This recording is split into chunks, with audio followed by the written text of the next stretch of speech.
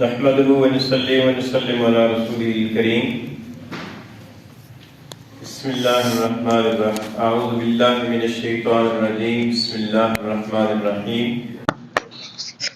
وَإِذْ أَخَذْنَا مِيثَاقَكُمْ لَا تَسْفِكُونَ دِمَاءَكُمْ وَلَا تُخْرِجُونَ أَنفُسَكُمْ مِنْ دِيَارِكُمْ ثُمَّ أَقْرَرْتُمْ وَأَنْتُمْ تَشْهَدُونَ.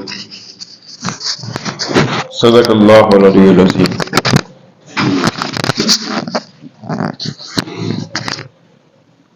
وَإِذْ أَخَذْنَا، اور جب لیا ہم نے، میثاقکم، تم سے پختہ عہد، لا تسفکون دماءکم، نہیں تم بہاؤ گے آپس میں ایک دوسرے کا خون، ولا تخرجون انفسکم، اور نہ تم نکالو گے ایک دوسرے کو من دیارکم، اپنے گھروں سے، ثم اقررتم، پھر تم نے اقرار کر لیا، وانتم تشہدون، اور تم تھے گواہ. پچھلی آیت کریمہ میں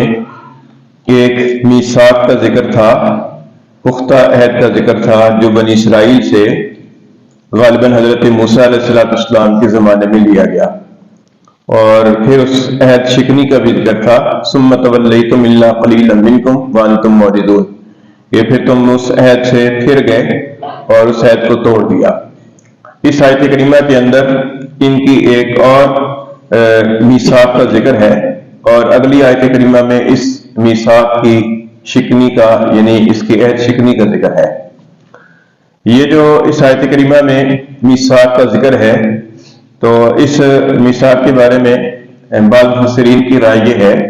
کہ یہ حضرت سلیمان علیہ السلام کے زمانے کی کچھ عرصہ بعد کا عہد ہے جو ان سے میثاق لیا گیا، اور اس کا تذکرہ بائبل کے اندر بھی موجود ہے، اور یہ ان کے ہاں مسلم تھا اور ایک تاریخی روایت تھی، اور اس بات کو جانتے تھے کہ ہم سے عہد لیا گیا تھا اور پھر عہد شکنی ہوئی تھی.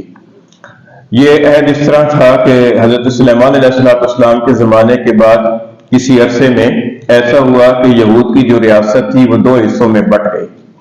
ایک حصہ یہودیہ کہلاتا تھا اور دوسرا حصہ اسرائیل کہلاتا تھا، اور وہ آپس میں باوجود اس کے کہ دونوں حضرت موسیٰ علیہ السلام کے پیروکار تھے، اور دونوں کا حضرت موسیٰ علیہ السلام پر اتاری گئی کتاب تورات پر ایمان تھا اور اسی شریعت کی پر چلنے والے تھے، لیکن اس کے باوجود وہ دونوں آپس میں ایک دوسرے کے دشمن ہو گئے اور ایک دوسرے کے مخالف ہوئے اور ایک دوسرے کے اوپر حملے کرتے تھے. اور جب ایک دوسرے کے اوپر حملہ ہوتا تھا تو اس حملے کے دوران دوسروں کی جانیں بھی جاتی تھیں، اور اس کے ساتھ ساتھ جب ایک فریق دوسرے کے اوپر فتح پا لیتا تھا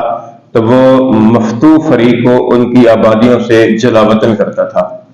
تو اس زمانے کے اندر کسی پیغمبر کے ذریعے سے اللہ تعالیٰ نے ان سے میثاق لیا، اور یہ میثاق لیا کہ تم ایک دوسرے کے خون نہیں بہاؤ گے اور ایک دوسرے کو قتل نہیں کرو گے، اور جب کامیابی حاصل ہو جائے گی تو ایک دوسرے کو جلا وطن نہیں کرو گے، ان کے گھروں سے نہیں نکالو گے. تو اللہ تعالیٰ نے اس میثاق کا ذکر فرمایا، اور پھر یہ فرمایا کہ یہ میثاق صرف اتنا ہی نہیں تھا کہ الفاظ کے اعتبار سے صرف وعدہ ہو جاؤ اور اقرار ہو جاؤ،